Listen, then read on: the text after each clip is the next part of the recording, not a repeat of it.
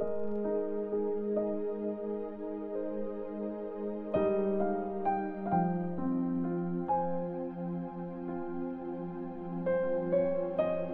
chapter 10. Ang 12 Disciples. Tinipon ni Jesus ang 12 disciples at binigyan niya sila ng authority na magpalayas ng masasamang espiritu at magpagaling ng lahat ng uri ng sakit at karamdaman. Ito ang mga pangalan ng 12 apostles.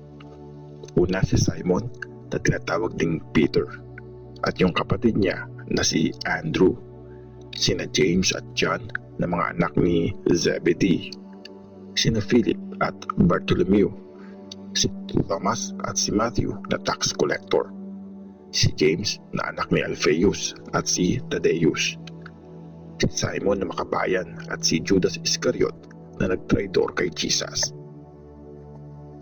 Ang misyon ng 12 disciples. Pinadala ng Jesus ang 12 disciples sa isang misyon at nagbigay ng mga instructions. Huwag kayong pupunta sa lugar ng mga Gentiles o kahit sang bayan ng mga Samaritans. Instead, puntahan niyo ang bayan ng Israel dahil tulad sila ng mga nawawalang tupa. Sige, i-preach niyo na malapit na ang kaharian ng langit. Pagalingin niyo ang mga may sakit at buhayin ang mga patay. Pagalingin at linisin niyo ang mga may ketong at palayasin ang mga demonyo. Tumanggap kayo ng walang bayad. So, magbigay kayo ng walang bayad. Huwag kayong magdala ng gold, silver, o copper na pera sa mga bulsa nyo. Sa paglalakbay nyo, huwag kayong magdala ng bag, ekstrang damit, sandals, o tungkod. Dapat bigyan ng mga workers ng mga kailangan nila. Kahit sang bayan o barangay kayo makarating, humanap kayo ng taong willing na i-welcome kayo at magstay kayo sa bahay niya habang nandun kayo sa lugar na yon. Pagpasok nyo sa isang bahay, sabihin nyo, "Peace be with you." Kung maganda ang trato sa inyo ng mga nakatira dun, hayaan nyo magstay ang blessings sa kanila. Pero kung hindi, bawiin nyo ang blessing. At kung ayaw kayong tanggapin o pakinggan sa isang bahay o bayan, umalis kayo dun. Ipagpag nyo ang alikabok sa mga paa nyo. Sign yun na nire-reject nyo sila. Tandaan nyo, sa Judgment Day, mas maaawa pang Diyos sa mga taga-Sodom at Gomora kaysa sa mga tao sa bayan na yun. Mga darating na pagpapahirap. Makinig kayo, ipapadala ko kayo na para mga tupa sa gitna ng mga wolf. Kaya maging matalino kayo tulad ng ahas at maamo tulad ng kalapati. Ingat kayo dahil aarestuhin at aakusan kayo sa korte at hahagupitin kayo sa mga synagogues. Ihaharap kayo sa mga leaders at mga hari dahil sa akin para ikwento ang magandang balita sa kanila at sa mga Gentiles. Pag dinala kayo sa korte, huwag kayong mag-alala kung anong sasabihin nyo o kung paano kayo magsasalita dahil ibibigay sa inyo sa oras na yon ang sasabihin nyo. Kasi hindi kayo ang magsasalita kundi gagamitin kayo ng espiritu ng inyong ama para magsalita. Tatraito rin ng kapatid ang sarili niyang kapatid para ipapatay.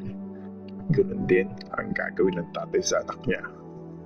At lalabanan ng mga anak ang mga magulang nila at ipapapatay ang mga ito. Sobrang magagalit sa inyo ang lahat ng tao dahil sa pagsunod niyo sa akin. Pero ang mananatiling tapat hanggang sa huli ay maliligtas. Pag pinapahirapan kayo sa isang bayan, tumakas kayo sa katabing bayan. Tandaan nyo, bago nyo pa matapos ang gawain nyo sa lahat ng bayan sa Israel, dadating na ang Son of Man. Walang estudyante na mas magaling kesa sa teacher niya at walang tauhan na mas magaling sa amo niya. Sapat na maging katulad ng estudyante ang teacher niya at ang tauhan ang amo niya. Kung pinatawag nilang Beelzebul ang head ng family, lalo nilang lalaitin ang membro ng pamilya niya. Kanino dapat matakot? Kaya huwag kayong matakot kahit kanino. Walang nagtatago na di malalantad at walang sikreto na di mabubunyag. Ang sinasabi ko sa inyo sa dilim, ulitin nyo sa liwanag, at ipagsigawan nyo sa mga kalye ang mga pinubulong sa inyo. Huwag kayong matakot sa pumapatay ng katawan, pero di naman kayang pumatay ng kaluluwa.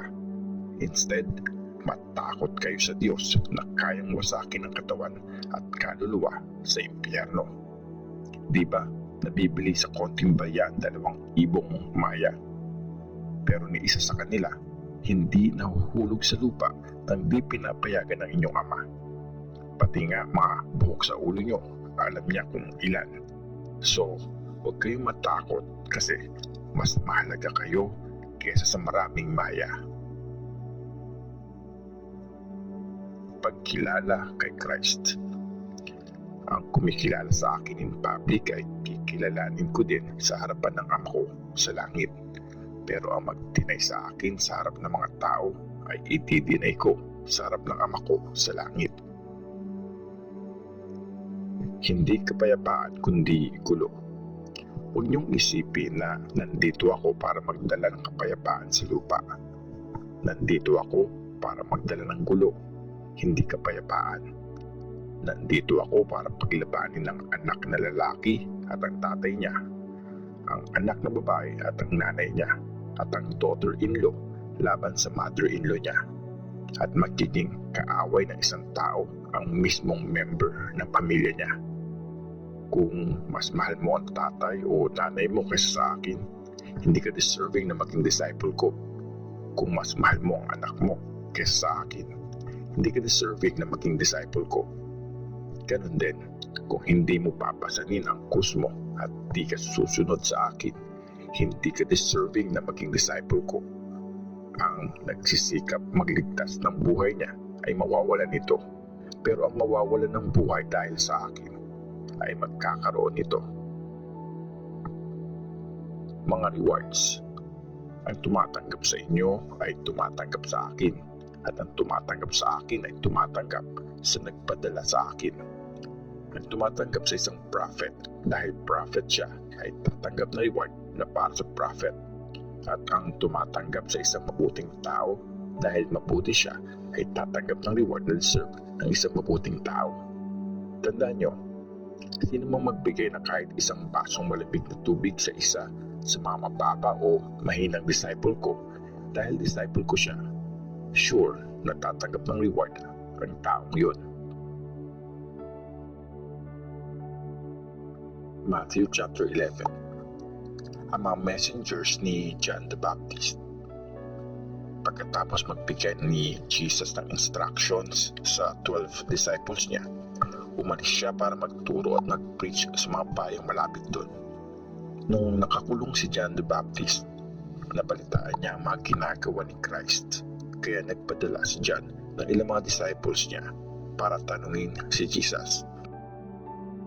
Kayo po ba yung sinabi ni John na dadating o maghihintay pa kami ng iba?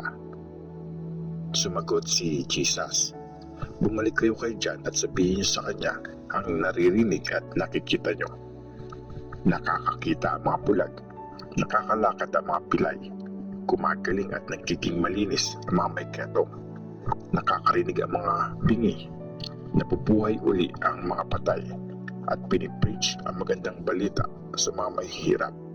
Pinagpala ang mga taong hindi nagdududa sa akin.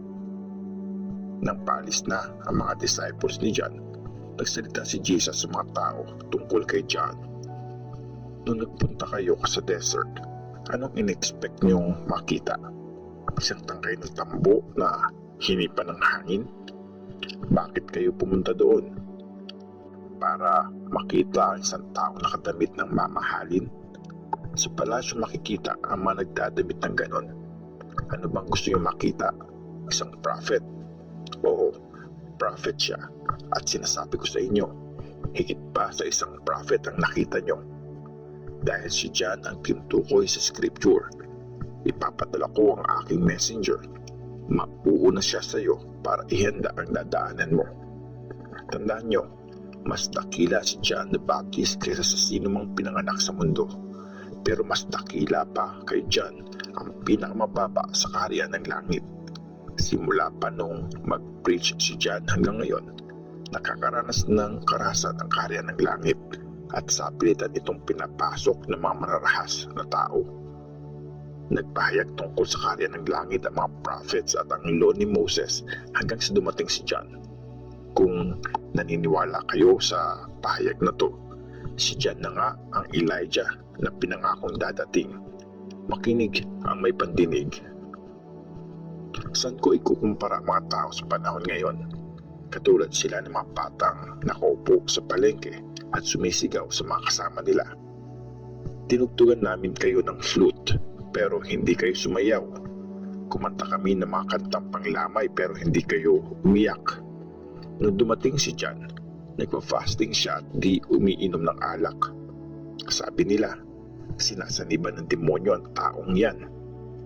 Nakita naman nila ang Son of Man na kumakain at umiinom at sabi naman nila, tingnan niyo ang taong ito, matakaw, lasenggo at kaibigan ng mga tax collectors at makasalanan. Pero napapatunayang tama ang wisdom ng Diyos sa mga ginagawa nito. Mga bayan na ayaw magsisi. Tapos, sinumbatan ni Jesus ang mga bayan na naka-witness sa maraming miracles na ginawa niya pero di naman nagsisi sa mga kasalanan nila. Kawawa kayong mga taga Chorazin. Kawawa kayong mga taga Bethsaida. Dahil kung sa Tyre at Sidon ginawa ang mga miracles na ginawa sa inyo, matagal na sanang nagsuot ng sako at naglagay ng apo ang mga tao doon bilang sign ng pagsisisi nila. Pero sinasabi ko sa inyo, sa Judgment Day, mas maawa pa ang Diyos sa mga taga-Tyre at taga-Sidon kaysa sa inyo. At kayo mga taga-Capernaum, gusto niyo palang itaas ang sarili niyo hanggang langit? Ibabagsak kayo sa impyerno. Dahil kung sa Sodom ginawa ang mga miracles na ginawa sa inyo, sana hanggang ngayon buhay pa din ang bayan na yon. Pero sinasabi ko sa inyo, sa Judgment Day, mas maawa pa ang Diyos sa mga taga-Sodom kesa sa inyo. Lumapit sa akin at magpahinga. Noong time na yon, sinabi ni Jesus, Ama, Panginoon ng langit at lupa, salamat sa iyo dahil nilihim mo ang mga bagay na to sa mga marurunong at matatalino at pinakita mo naman sa mga wala pang masyadong alam. Opo, Ama, dahil ito ang gusto niyong mangyari. Binigay na sa akin ng Ama ko ang lahat ng bagay. Walang nakakakilala sa anak except ang Ama, at walang nakakakilala sa Ama kundi ang anak at Ama pinili ng anak para ipakilala siya sa kanila. Lumapit kayo sa akin kayong lahat na napapagod at may mabibigat na pasanin at bibigyan ko kayo ng pahinga. Pasanin niyo ang aking pamatok at matuto kayo sa akin dahil ako ay maamo at may mababang loob. Makakakita kayo ng kapahingahan sa akin dahil madaling dalhin ang pamatok ko at magaan ang pasaning ibibigay ko sa inyo.